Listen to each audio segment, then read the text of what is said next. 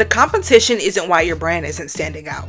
It's you. In this video, I'm breaking down the biggest reasons brands get lost in all the chaos of all the other brands and how to fix it. My name is Daji. How you doing today? Okay, I'm a brand and website copywriter for CPG brands, and let's get into number one. Lack of clarity in your messaging. The worst thing you could do as a new business is think that the product will speak for itself. I see time and time again, businesses and new brands will create the most gracious and innovative products ever and treat marketing and messaging secondary.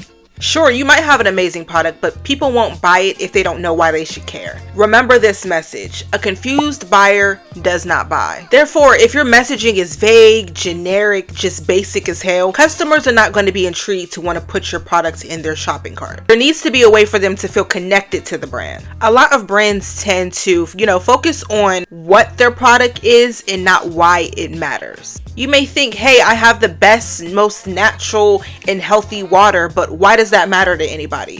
Why do I need to stop drinking the water I've been drinking my whole life for your natural water? You see, there has to be some reasoning behind why somebody would choose your brand over the others. Let's take Goodles for example. They're not just selling you mac and cheese. They're selling a tastier protein pack mixed with a little bit of nostalgia and fun in mac and cheese. When they started a mac and cheese brand, they were probably like, well, how am I going to stand out to the Velveetas and the what are other mac and cheese brands? I can't even think of anything off the top of my damn brain. They're probably like, damn, there's been these mac and cheese that have been dominating the mac and cheese world for the past 100 years. How am I going to send out their branding? They didn't create an innovative brand new product, but the brand itself is definitely innovative. They created a brand that is memorable whether you choose to buy it or not. And we all know the attention economy is very strong and very much here to stay. So what they did, they took mac and cheese. It's like, how do we rebrand this for a new generation? Okay, how do we make it fun? How do we bring back that nostalgia back into the mac and cheese? Okay, so your fix it for your clarity in your messaging is going to be define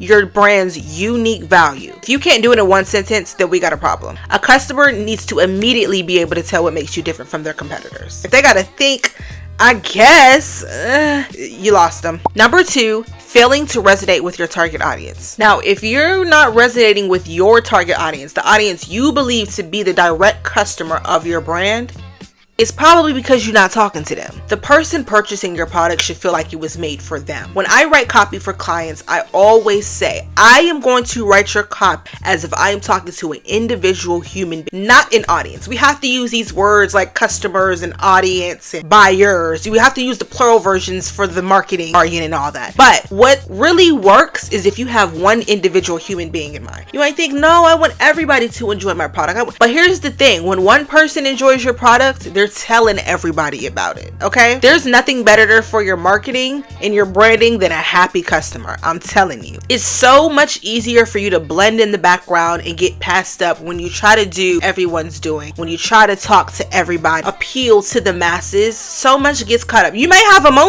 moment where you're the one that's popping, but that will slowly fade away because you still haven't found that individual person that's going to be your ride or die. Think of your customer, who is going to be my ride or die no matter what. Back to Goodles. They clearly know who they're talking to. The person is very much health conscious. They're on that millennial, whatever people like to call it. They also want to have fun and they want the things that they consume to kind of have some type of nostalgic attached to it. They don't want to just go to the store and buy their needs. They want their needs to be a part of their life. You know what I mean? Think of it this way. The person that purchases Goodles is not somebody who just wants to eat some mac and cheese. They want to eat Goodles. Okay, so your fix it for this point, get so specific that you are talking to one individual human being, not an audience, not a group, not a school of fish, not a alpha pack, one person. What's an animal that rocks alone? Let's look that up.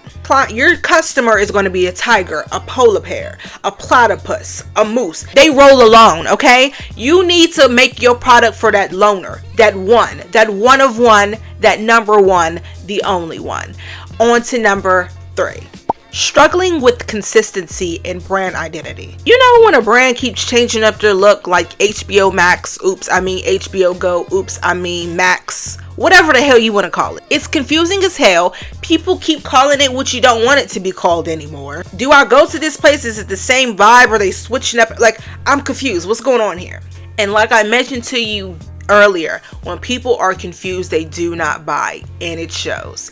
HBO Max is tarnishing their reputation, and it's not cute, okay? We already in a time where none of these streaming platforms are making any damn money, just making it worse. But don't be fooled. A solid brand identity is not a logo and a color palette. That's probably the least of your worries, okay? It's about how your brand feels and represents itself across every single touch point. Back to the mac and cheese, baby. We got Kraft versus Goodles. Kraft has been the exact same for decades. Blue box, orange cheese, classic comfort food. When you just want mac and cheese that just feels like home, it's the closest thing to your grandma.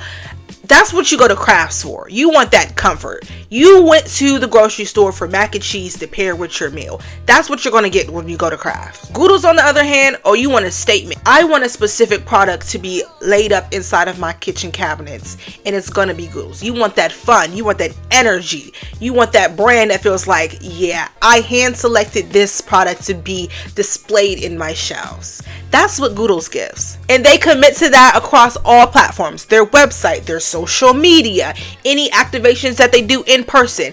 Goodles is going to Goodle you everywhere you good go. Okay? So your fix it here. Make sure your brand's voice, the visuals, the identity, through and through, it's consistent. There is no confusion anywhere, okay?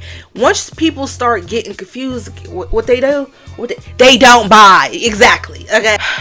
Let me stop yelling at y'all, okay? Brand isn't standing out. Don't panic. Don't panic. That's what I'm here. That's what I'm making this video for. It just means there's room to redefine your messaging. There's room to redefine your positioning, your voice, your identity.